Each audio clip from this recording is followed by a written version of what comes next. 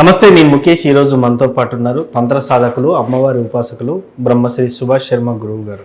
నమస్కారం గురువు గారు. శ్రీమాత్రే నమండి. సార్, ఒకవైపు మోడీ గారు, దేశ ప్రధాని గారు గోల్డ్ కొనొద్దని చెప్పినప్పటికీ కూడా బంగారం రేట్లు విపరీతంగా పెరుగుతున్నటువంటి పరిస్థితి, అదేవిధంగా సిల్వర్ కూడా విపరీతంగా పెరుగుతున్నటువంటి పరిస్థితి. ఏంటి అసలు ఏం జరగబోతుంది? అసలు కొనొద్దన్నప్పుడు రేట్లు తగ్గాలి అని ఎవరైనా అనుకుంటారు, కానీ ఇది విపరీతంగా పెరుగుతున్నాయి. ఈ ధోరణి ఎటువంటి పరిస్థితికి దారితీయబోతుంది? రానున్న రోజుల్లో బంగారం ధరలు నిజంగానే ఆకాశాన్ని అంటబోతున్నాయా? సామాన్యుడు కొనలేని పరిస్థితి ఏర్పడుతుందంటారా? తప్పకుండా తెలియజేస్తాను. ముందుగా వీక్షిస్తున్న ప్రేక్షకులందరికీ శ్రీమాత్రే నమః, శ్రీ గురుభ్యో నమః. యాదేవి సర్వభూతేషు మాతృరూపేణ సంస్థిత. నమస్తస్సై నమస్తస్సై నమస్తస్సై నమో నమః. నేను గతంలోనే చెప్పా, బంగారపు ధరలు ఆకాశానికి అంటుతాయి అని చెప్పి.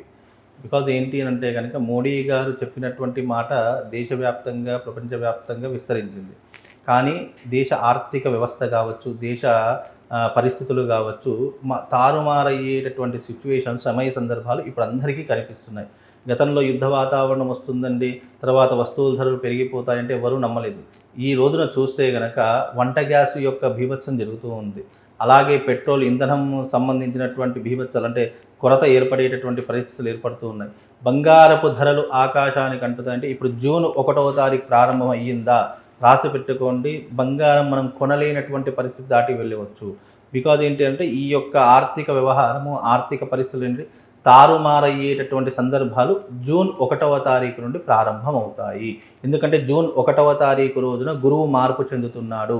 మిథునం నుంచి కర్కాటకంలోకి ఎప్పుడైతే అడుగు పెడతారో దేశ ఆర్థిక వ్యవస్థ దెబ్బతినేటటువంటి పరిస్థితులు ఏర్పడేటటువంటి సమయ సందర్భాలు ఇప్పుడు అందరికీ అర్థమవుతాయి. ఎందుకంటే గురువు ఫైనాన్షియల్కి కారకుడు అయ్యేటటువంటి గ్రహం. కాబట్టి ఈ గురుగ్రహం ఎప్పుడైతే మార్పు చెందుతుందో, కర్కాటకంలోకి అడుగు పెడుతుందో వైద్యపరంగా ఇబ్బందులు వస్తాయి. అలాగే ఇంధన పరంగా అంటే వంట గ్యాస్ కావచ్చు, పెట్రోల్ కావచ్చు, ఆయిల్, క్రూడ్ ఆయిల్ కావచ్చు, ఇలాంటి ఆయిల్కి సంబంధించినటువంటి ఇబ్బందులు, కొరతలు ఏర్పడుతూ ఉంటాయి. అలాగే ఆర్థిక వ్యవస్థ దెబ్బతినేటటువంటి పరిస్థితులు ఏర్పడతాయి. అంటే డాలర్ రేట్ పెరిగేటటువంటి పరిస్థితులు ఏర్పడుతూ ఉంటాయి. ఇలా పెరిగినప్పుడు ఏమవుతుందంటే కనుక వస్తువుల ధరలు కూడా ఆటోమేటిక్గా పెరిగిపోతున్నాయి. ఇప్పటికే మార్కెట్లో వస్తువుల ధరలు చాలా మట్టుకు పెరిగిపోయి, సామాన్య కూరగాయల దగ్గర నుంచి టిఫిన్ వస్తువుల దగ్గర నుంచి భోజనం చేసేటటువంటి పరిస్థితులు, హోటల్కి వెళదామంటే భయపడేటటువంటి పరిస్థితులు ఏర్పడేటటువంటి సందర్భాలు ఇప్పుడు వచ్చేసాయి. అంటే ఇక్కడ ఆర్థిక భారం పెరిగిపోయినప్పుడు వస్తువుల ధరలు కూడా 100% పెరిగిపోతూ ఉన్నాయి. ఇది ఖచ్చితంగా ప్రతి ఒక్కరూ గుర్తుపెట్టుకోవాల్సిన విషయం. రాబోయేటటువంటి రోజుల్లో ఆర్థికపరమైనటువంటి భారం భారతదేశం ఎదుర్కోవాల్సిన పరిస్థితులు ఏర్పడతాయి. అలాగే బంగారపు ధరలు, వెండి ధరలు కూడా, వెండి ధరలు తగ్గుతాయి కానీ బంగారపు ధరలు మాత్రం 100% పెరిగేటటువంటి సూచనలే మన దేశానికి కనిపిస్తున్నాయి. సో వెండి ధరలు తగ్గే అవకాశం ఉందంటారు? వెండి ధరలు తగ్గుతాయి, బంగారపు ధరలు పెరుగుతాయి. లేదా వెండి అంతకంతే ఉంటుంది. వెండి పెరిగితే మహా అయితే 100-200 రూపాయలు తులానికి పెరుగుతుంది. కానీ బంగారం అలా కాదు. పెరిగితే గనక ఒకేసారి అంటే జూన్ 1వ తారీఖు నుంచి ఆగస్టు వరకు ఇప్పుడు 1,52,000 రూపాయలు ఉన్న ధర ఆగస్టు వరకు నాకు తెలిసి 1,80,000 వరకు వస్తుంది. ఆగస్టు నుంచి డిసెంబర్ వరకు దాదాపుగా 2 లక్షల వరకు అయ్యేటటువంటి సూచనలు తప్పకుండా కనిపిస్తున్నాయి. కాబట్టి బంగారము, నేను గతంలో చెప్పా, బంగారము కొనుక్కోవాలంటే ఇప్పుడే అంటే అప్పుడు నేను చెప్పేటప్పుడు బంగారపు ధర 1,50,000 నాటికి ఉండేది.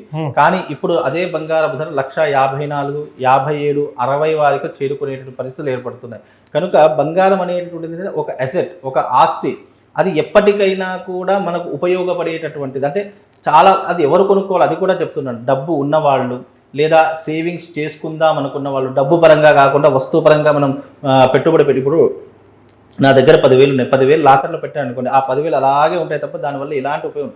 అదే బంగారం మీద ఇన్వెస్ట్మెంట్ పెట్టామనుకోండి, అంటే ఇన్వెస్ట్మెంట్ పెడితే అది పెరిగినా కొద్దీ తప్పకుండా మనకు కూడా డబ్బులు పెరిగేటటువంటి పరిస్థితులు ఏర్పడతాయి. అందుకే ఇన్వెస్ట్మెంట్ పెట్టాలి అంటే బంగారం మీద కొనుగోలు చేయండి, దాని మీద ఇన్వెస్ట్మెంట్ పెట్టండి.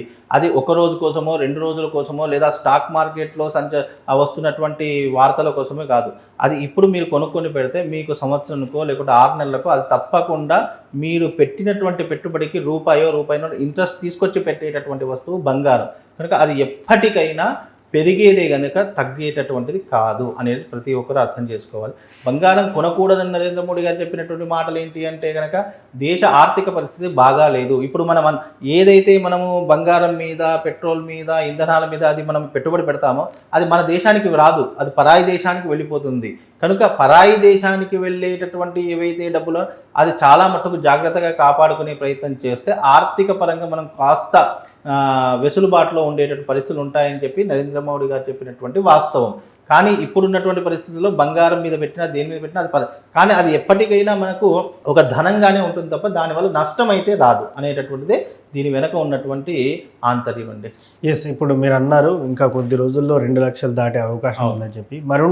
మరి రానున్న రోజుల్లో అంటే 1 సంవత్సరం 2 సంవత్సరాల తర్వాత కొంత సోషల్ మీడియాలో ఒక వార్త చక్కర్లు కొడుతుంది, 6 లక్షలు అవుతుంది, 8 లక్షలు అవుతుంది తులానికి అని చెప్పి. అంత అయ్యేటటువంటి సూచన ఇంపాసిబుల్, అంత కాదండి. కాకపోతే ఏంటంటే నేను గతంలో చెప్పాను, ఇప్పుడు కూడా అదే మాట మీకు చెప్తున్నాను. 2 లక్షల వరకు అయితే, తులానికి 2 లక్షల వరకు అయితే చేరుకునేటటువంటి అవకాశం మాత్రమే ఉంటుంది తప్ప 5 లక్షలు 3 లక్షలు తులానికి అంత జరిగితే దేశ ఆర్థిక భారం అంతా కూడా నాశనం అయిపోతుంది, ఆర్థిక వ్యవస్థ అంతా దెబ్బతినిపోతుంది. బంగారం అంటేనే భయపడేటటువంటి పరిస్థితులు ఉంటాయి. ఉన్న బంగారాన్ని అమ్మేసేసుకొని వేరే ఇల్లు ప్లాట్లో అట్లా కొనుక్కుంటారు తప్ప అంత రెట్టింపు అయ్యేటటువంటి పరిస్థితులు లేవు. కాకపోతే ఇప్పుడు ఈ మాసంలో, ఇప్పుడు ఇది మనకు మే కదండి, మేలో మీరు బంగారం కొనుక్కోండి, జూన్ తర్వాత చూడండి మీరు కొన్నదానికి డబుల్ రేట్ ట్రిపుల్ రేట్ వస్తుంది. అట్లా ఉంటుంది. అంటే మామూలుగా అది ఇప్పుడు తులం కొన్నాము 1,50,000 పెట్టి, రేపటి 1,10,000 1,60,000 అయింది అనుకోండి, మనకి ఒక 7,000 రూపాయలు లాభం వస్తుంది. అంటే అట్లా మనం కొన్నదానికి ఎంత కొంటామో అంత లాభం అయితే తప్పకుండా కలుగుతుందండి. ఎస్, మొత్తానికి గోల్డ్ సిల్వర్ ప్రైసెస్ ఎలా ఉంటాయి అని చెప్పేసి చాలా చక్కగా చెప్పినారు సార్. ధన్యవాదాలు. శ్రీమాన్.